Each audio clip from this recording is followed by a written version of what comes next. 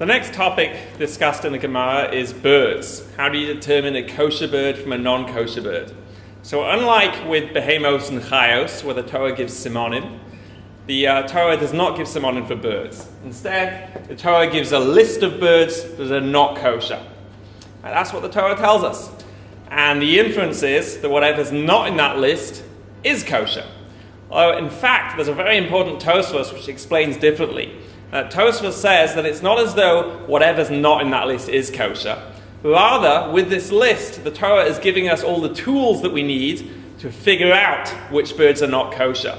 Meaning that, according to Tosfos, there could be some non-kosher birds that are not in the list, but based on extrapolating from the sorts of birds that are mentioned in this list, we can figure out what sorts of birds are not kosher and which sorts of birds are kosher. So that leads into the Mishnah's discussion of simonim.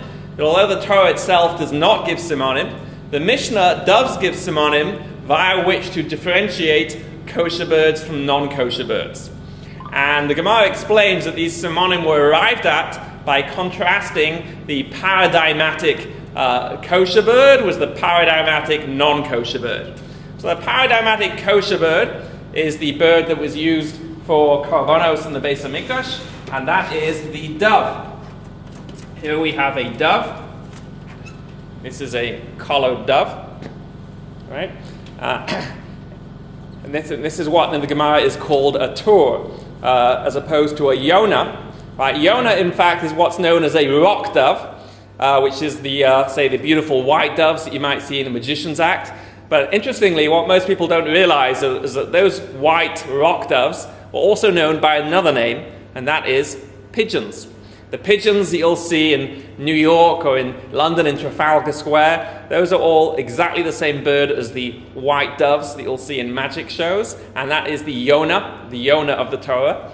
And in fact, all pigeons all over the world, they spread around the world, but they originate from hybridizations between European, African, and Asian birds that took place a very long time ago.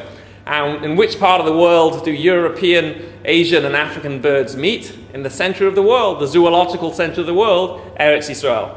So in fact, all pigeons worldwide originate in the Yona, Yonasi b'chag ve'sela, right, the Yona of Eretz Yisrael. But this is a tur, and tur is smaller types of birds, such as turtle doves or this collared dove. So that's this is the tur, the paradigmatic kosher bird. And then the paradigmatic non-kosher bird is the king of birds, which is the nesher. So what is a nesher? Nesher is normally identified as an eagle. All right, here we have a beautiful eagle over here. However, that is not the correct translation. How do we know? Because there are pasukim which describe the nesher as being bald. Eagles are not bald. Even the famous bald eagle is not bald. Lovely head of hair, just has white feathers in his head. Why is he called a bald eagle? Well, originally he was called a baldy-headed eagle. B-A-L-D-E is the Old English word meaning white. He was a white-headed eagle. But he's not bald. Plus there are pasukim describing the nesher as feeding on carrion and dead animals. And the eagles usually take live prey. So which bird is bald and feeds on carrion? That would be the griffin vulture. Largest, most magnificent bird of prey in this part of the world. And he's bald, right? And he feeds on carrion. And he's also the king of birds in that he's the lord of the air. He's the highest flying bird. If you look at the Guinness Book of Records, you'll see that the altitude record for a bird is held by a griffin vulture, which hit an airplane at 37,000 feet. All right, so that's the paradigmatic non-kosher bird, and this is the paradigmatic kosher bird. And contrasting them, Chazal came up with 4 characteristics which differentiate kosher birds from non-kosher birds. And the characteristics are as follows. First of all, a crop. A kosher bird has a crop, and that's a pouch, a pocket in its neck that it uses for storing food, whereas a non-kosher bird lacks a crop. Another is a peelable gizzard, kurkovno niklaf. What does that mean? So that's the pupik that you'll find in chicken soup. What is a pupik? So there's different types of birds have different diets. Some birds eat meat, some birds eat grain. Now, if you're eating meat is a relatively soft food, and that undergoes chemical digestion in the stomach. But if you're eating grain is tough. In order to digest grain, you're going to have to grind it up. So what grain-eating birds do is that they'll eat rocks, little tiny pebbles, grit, and then with their stomachs they'll grind it all up together to grind up the grain. So grain-eating birds have a very muscular layer to that stomach, and that muscular layer can be peeled off, and that's the pupik that people eat in their chicken soup. So that is kukavni niklaf. Now, the other simon given, the third simon is an extra toe. And this has caused a lot of confusion. And to be honest, I consider it the single most challenging problem in Talmudic science. What did Chazal mean when they said that a dove has an extra toe and a nesher, a griffin vulture, lacks an extra toe?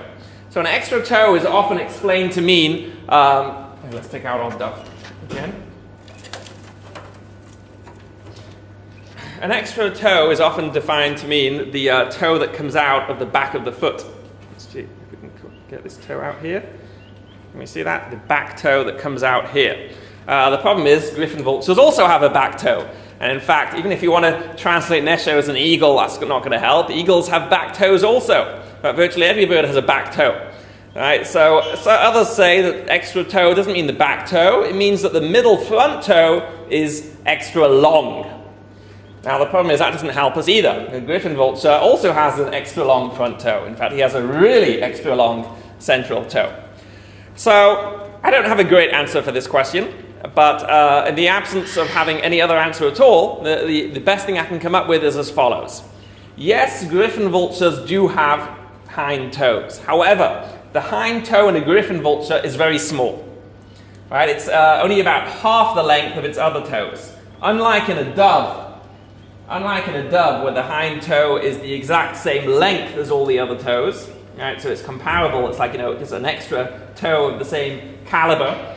In a griffin vulture, the hind toe is extremely small, much smaller than the other toes. So perhaps that's what Chazal mean when they say that the griffin vulture lacks an extra toe. Because it's barely a toe, it's just a stub. That's the best answer I can come up with. Okay, so then you have the Gemara, and then we have the other simon, which is dores. Now, what does dores mean? So this is also something that people have had difficulty in defining, right? Because the problem is that if you define it as killing a mouse, that's something that chickens will do very happily. I've seen it many times. You can look on YouTube for videos of chickens killing mice. Chickens will happily kill and eat mice. So what is dores? So if we can bring in our falcon. Do we have our falcon here?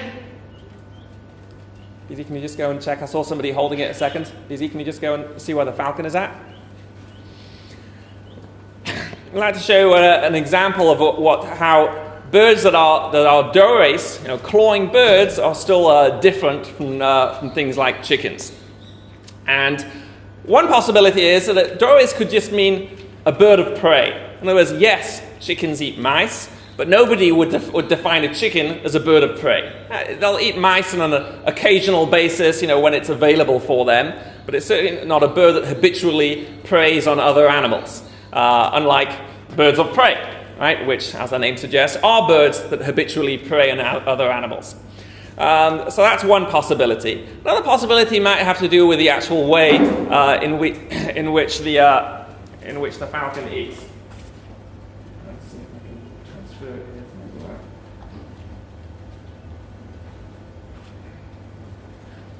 Thank you. So here is our falcon. There's a fascinating story to this falcon. In Israel, it's completely illegal to keep any kind of bird of prey. Falconry is completely prohibited now. The story of this falcon is that it landed on someone's shoulder in the north of Israel, evidently a falcon that had been illegally taken from the wild and hand-raised, so it couldn't be released back into the wild because it was tame. So the Parks and Nature Authority brought it to us for us to give it a home. And the difference between the way the falcon would eat a mouse as opposed to how a chicken would eat a mouse is that the falcon will pounce on it with its feet. It has very powerful feet and very sharp claws. That's why I have to wear a glove when I'm holding a falcon, because it uses its feet as killing tools. It uses its feet as killing tools, and unlike a chicken, which will just peck at a mouse with its beak, a falcon will always hold on to things with its feet, with its talons also. And so will a griffin vulture. When a griffin vulture is tearing away at the carcass of an animal, it will also use its feet. So it appears to be that dores has a component not just of only killing animals, but also of using its feet. And in fact, as the word doros literally means, trampling, that the foot is a component in the definition of Jerusa. So that is our beautiful falcon. Okay, send him back now to his aviary. All right. Now, the Gemara then, there's a lot of discussion. In fact, this is one of the most complicated sugyas in Shas of exactly what is how do these four signs, how do they play out in the difference between kosher birds and non-kosher birds? In other words, we've mentioned four signs: a crop, a peelable gizzard, an extra toe, and the lack of being dores. But how does it play out? Is it that the kosher birds all have these signs? Is it that the non-kosher birds all have the signs in the other direction? So this is a big machlokas between Rashi and other Rishonim, notably Ramosha Bar Yosef, in that Rashi argues that the non-kosher birds in the Torah's list, could have all the kosher signs, and yet nevertheless they are not kosher.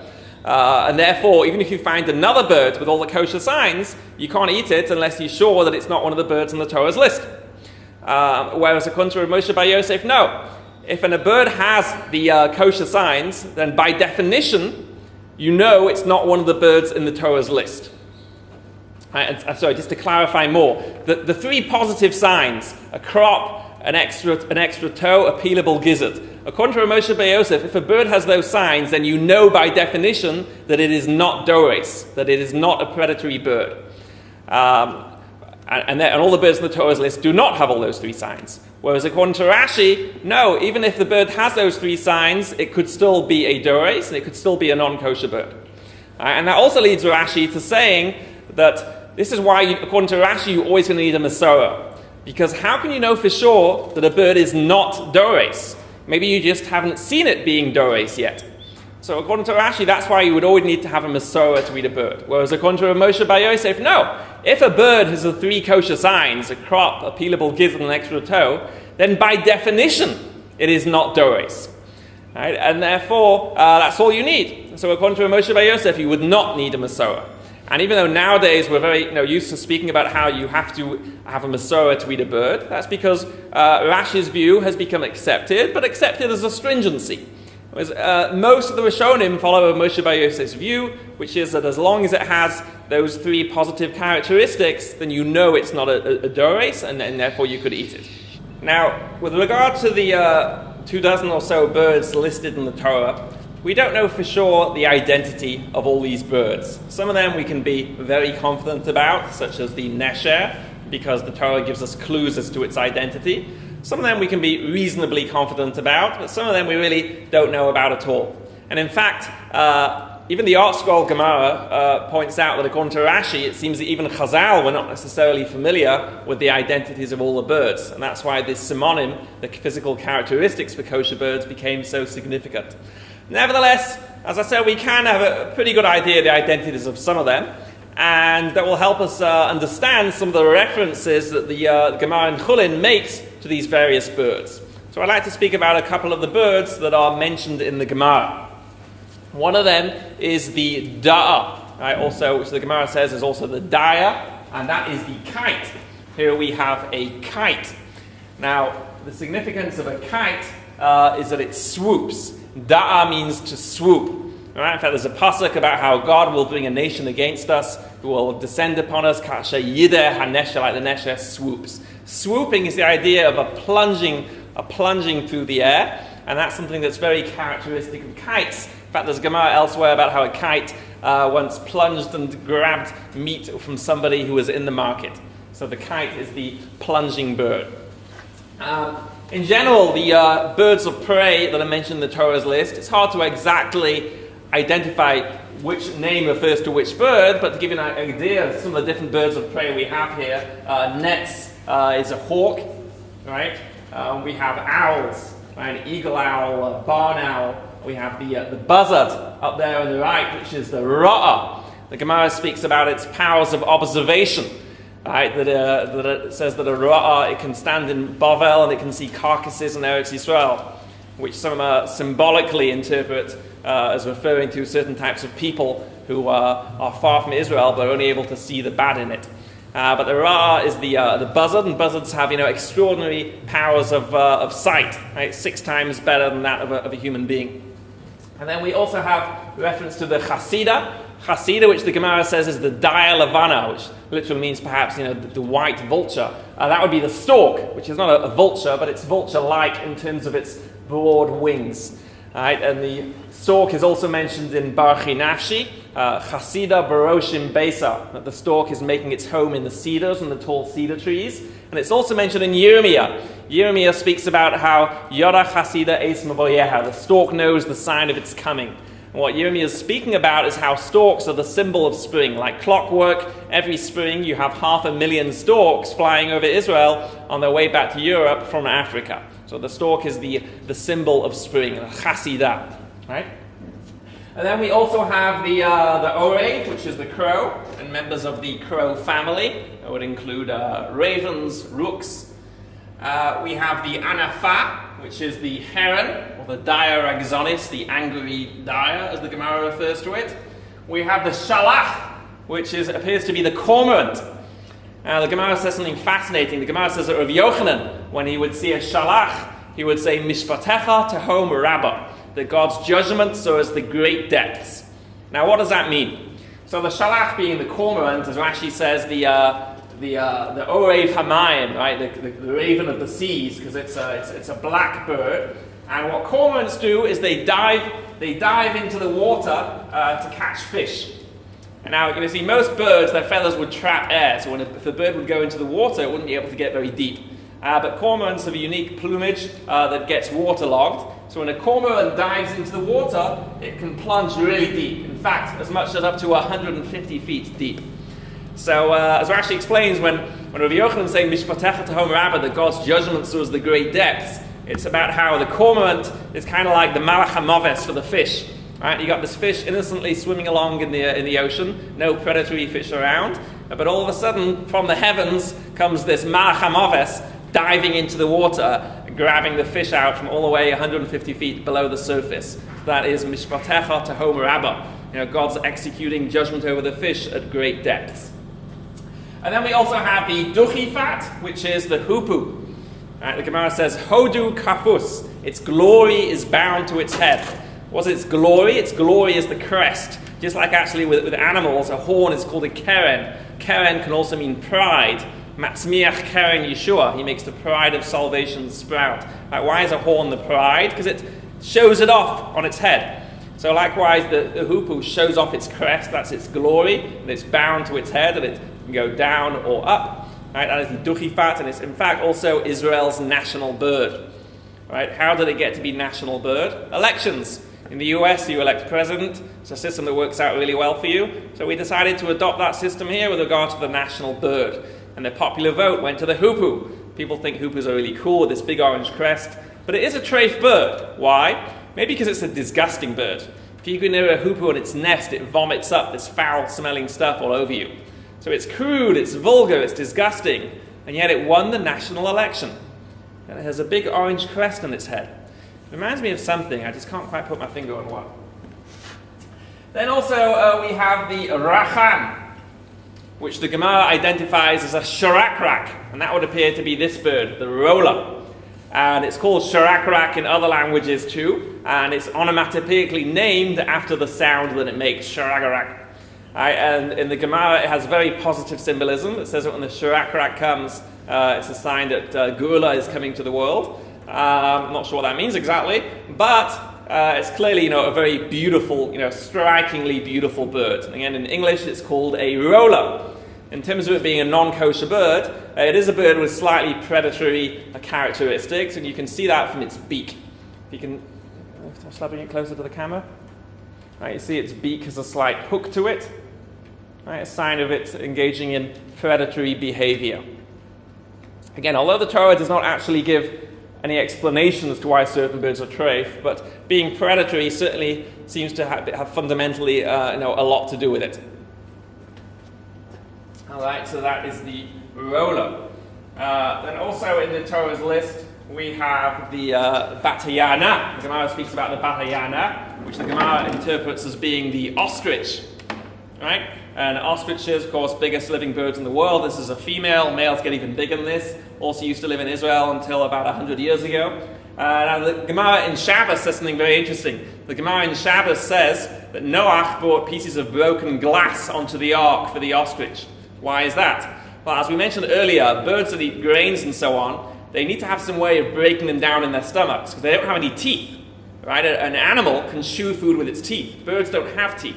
So instead of having teeth, birds digest teeth. They'll eat sharp things that will rub against the food in their stomachs and break it up. So for a small bird like a chicken, it'll eat grit, little tiny pebbles. But for something like an ostrich, it'll eat shards of glass, pieces of metal, diamonds. It will eat them all as digestive aids. And then we should mention that at the end of the Torah's list is the atalef, which is the bat. And the question is, a bat is not a bird, it's a mammal. It doesn't lay eggs, doesn't have a beak or feathers. So why is it in the list of non-kosher birds? And the answer is, it's not a list of non-kosher birds. It's a list of oaf. We translate oaf into English as bird, because that's the closest equivalent. But really, the words do not have to have the same meaning. A bird is something that has beak and feathers, lays eggs. But oaf has a much broader meaning. Anything that's remotely birdish is classified as an oaf. So because a bat has wings and flies, therefore it is classified as an oaf. And finally, before leaving birds, we'll mention eggs. The Gemara speaks about the simonim of kosher eggs, pointing out how with the eggs of kosher birds are pointed at one end and rounded at the other, whereas the eggs of non-kosher birds are symmetrical. So here we have the egg of a kosher bird and a non-kosher bird. Right? This one is more rounded at one end and pointed at the other. This is the egg of a quail. And here we have the egg of an ostrich, a non-kosher bird, and its egg is symmetrical. Now the Gemara points out that this rule is not absolute, that there can be exceptions. For example, here we have the egg of a raven, an orave. And as you can see, it's rounded at one end and pointed at the other. Right, so the Gemara acknowledges that this rule is far from absolute, that there's a very common non-kosher bird that's rounded at one end and pointed at the other, but still as a general rule it holds true. And in fact, Tosfos here points out interestingly that we buy eggs. We buy eggs without a hechsher. Right, nowadays everything has a hechsher, but eggs are not sold with a hechsher. Now, why are eggs not sold with a hechsher? Why don't we require a hechsher for buying eggs? How do you know they come from a kosher bird? Maybe they come from a non-kosher bird. There are non-kosher eggs that are rounded at one end and pointed at the other. Crocodile eggs look very similar to chicken eggs. But what Tosfos answers is that how many people are selling non-kosher eggs? Right? By far, the eggs which are easiest to produce in bulk are chicken eggs, because they lay much more eggs than any other bird. Ducks also lay a lot, but they're also kosher. Right? So statistically, the chances of somebody smuggling in a non-kosher egg amongst the kosher eggs is statistically so improbable that halacha does not concern itself with it. And that's another example of what we mentioned earlier, that halacha does not care about very remote exceptions to its principles. Okay, so that is birds and eggs, and the next topic will be fish. No, we're moving.